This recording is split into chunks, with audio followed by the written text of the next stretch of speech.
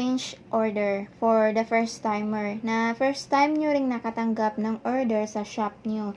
I remember when I have an order for the first time, so much happy and blessed ako that day and excited at di alam ang gagawin. So, syempre, kung first time mo, marami ka pang hindi alam na mga dapat gawin, medyo mixed emotions ang mararamdaman mo. At dapat rin na prepared na yung mga items needed like yung bubble wrap, boxes, tapes, scissors, and etc. And plastic na pangbalot sa box na pagdidikita ng waybill. Kasi ngayon may bagong update si Shopee which is yung plastic na pangbalot sa box mo kung saan ididikit dyan yung waybill ay dapat sa'yo na at hindi na sa chosen courier na pinipili mo.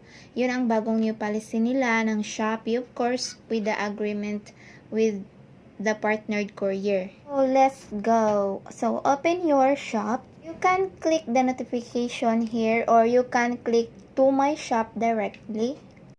So on your shop, click seller updates and here you'll see all the updates about your shop, new orders, successful deliveries, and many more.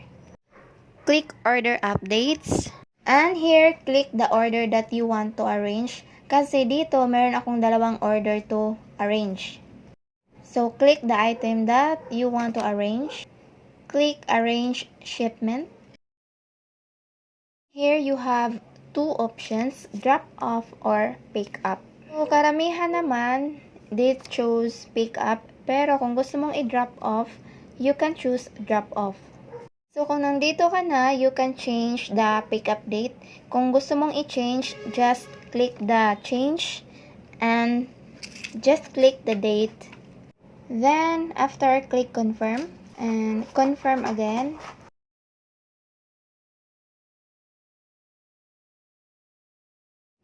And if you have your own printer, you can print your own waybill.